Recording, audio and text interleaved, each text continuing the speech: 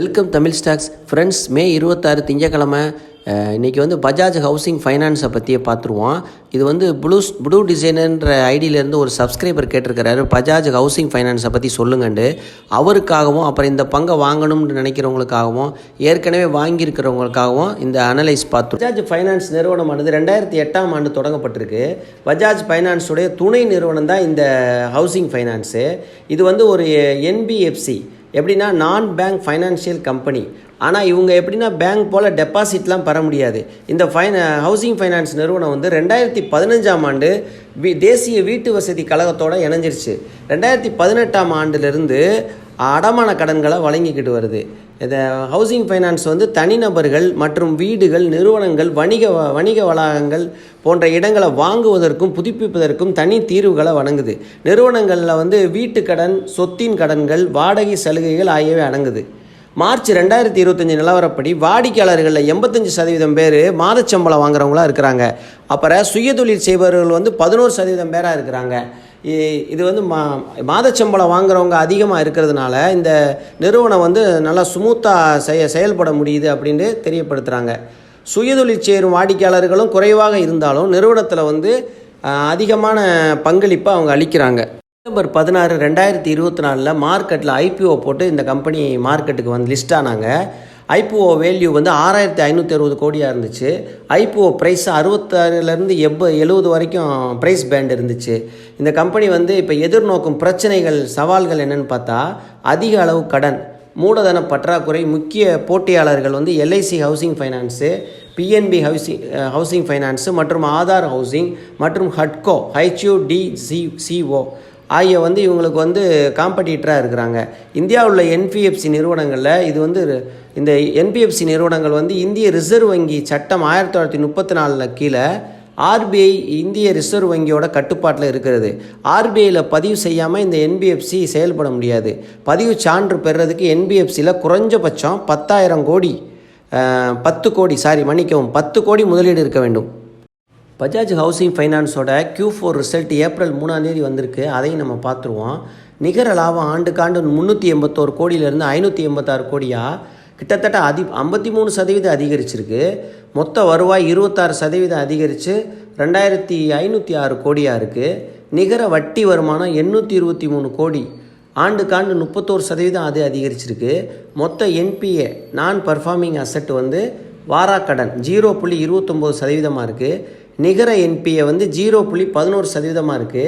கடன் சொத்துக்கள் மார்ச் 31, 2025 நிலவரப்படி ஆண்டுக்கு 25% அதிகரித்து 99,513 கோடியாக இருக்குது. அப்போ நிர்வாகத்தில் உள்ள சொத்துக்கள் AUM அசட் அண்டர் மேனேஜ்மெண்ட்டு 26% விரிவாக்கப்பட்டு 1,14,684 கோடியாக இருக்குது. பகுப்பாய்வாளர்கள் வந்து கருத்து சொல்கிறாங்க, அதை பார்ப்போம். நெட் இன்ட்ரெஸ்ட் மார்ஜின் அதிகரிச்சிருக்குன்னு சொல்கிறாங்க. நெட் இன்ட்ரெஸ்ட் மார்ஜின் வந்து கடன் மற்றும் முதலீடுகள் மூலம் ஈட்டும் வட்டி வருமானம் மற்றும் அதன் பொறுப்புகளில் ஏற்படும் வட்டி செலவு ஆகியவற்றுக்கு இடையிலான வித்தியாசத்தை காட்டுற அளவீடு தான் இந்த NIM நெட் இன்ட்ரெஸ்ட் மார்ஜின். அப்புறம் வந்து சொத்துக்கள் வருமானத்தை ஈட்ட எவ்வளவு திறமையாக செயல்படுகிறது என்பதற்கான அளவீடு குறியீடு தான் இந்த NIT நெட் இன்ட்ரெஸ்ட் மார்ஜின். அப்புறம் சில போட்டியாளர்கள் வந்து இவங்களுக்கு இருக்கிறாங்க. ஒப்பிடும்போது DHFLுடன் வந்து சராசரி ஈக்விட்டி மற்றும் சொத்துக்களின் வருவாய் குறைவாக உள்ளது அப்படின்னு சொல்கிறாங்க. அப்புறம் CNBC டிவி கூற்றுப்படி நிகர வட்டி வரம்பு வந்து போர்ட்போலியோ அதிகரித்தாலும் நிதி செலவுகள் அதிகரித்து NIM சுருங்கி வருகிறது. நெட் இன்ட்ரெஸ்ட் மார்ஜின் சுருங்கிட்டு வருதுன்னு சொல்லியிருக்கிறாங்க. வருவாயுடன் ஒப்பிடும்போது அதிக வட்டி செலுத்துதல் முக்கிய வணிக நடவடிக்கைகளில் இருந்து பணப்புழக்கம் குறைந்து வருகிறது கவனிக்கப்பட்டது. லாப வளர்ச்சியில் மந்த நிலை உள்ளது. ஒரு பங்குக்காக வருவாய் EPS கணிப்புகளை பாதிக்கலாம் என்று குரோவ் தெரிவிக்கிறது. 15,000 கோடி மாற்ற முடியாத கடன் பத்திரங்களில் கிறிஸில் வந்து AAL ஸ்டேபிளாக வச்சுருக்கிறாங்க. அப்புறம் அது வங்கி கடன் வசதிகள் மற்றும் கடன் ஆகியவற்றில் AAA1+ மதிப்பை கிறிஸில் உறுதிப்படுத்தியிருக்கிறாங்க. அப்புறம் வந்து நம்ம ஸ்டாக் ப்ரைஸை பார்த்துருவோம். ஹை வந்து வருஷத்தில் 188 ரூபாய்க்கு போயிருக்கிறாங்க. லோ வந்து 70 ரூபா வரைக்கும் வந்திருக்கிறாங்க, கிட்டத்தட்ட பாதிக்கும் குறைவா. அப்புறம் க்ளோசிங் வந்து 124 க்ளோஸ் ஆகிருக்கு நேற்று ஃப்ரைடே மார்க்கெட்டில். மார்க்கெட் கேபிட்டல் 103, 1,03,612 கோடி. BE ratio 47, sector BE 17.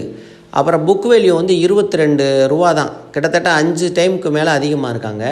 Indian promoter பார்த்தீங்கன்னா 88% ஸ்டாக்ஸ் வச்சுருக்கிறாங்க.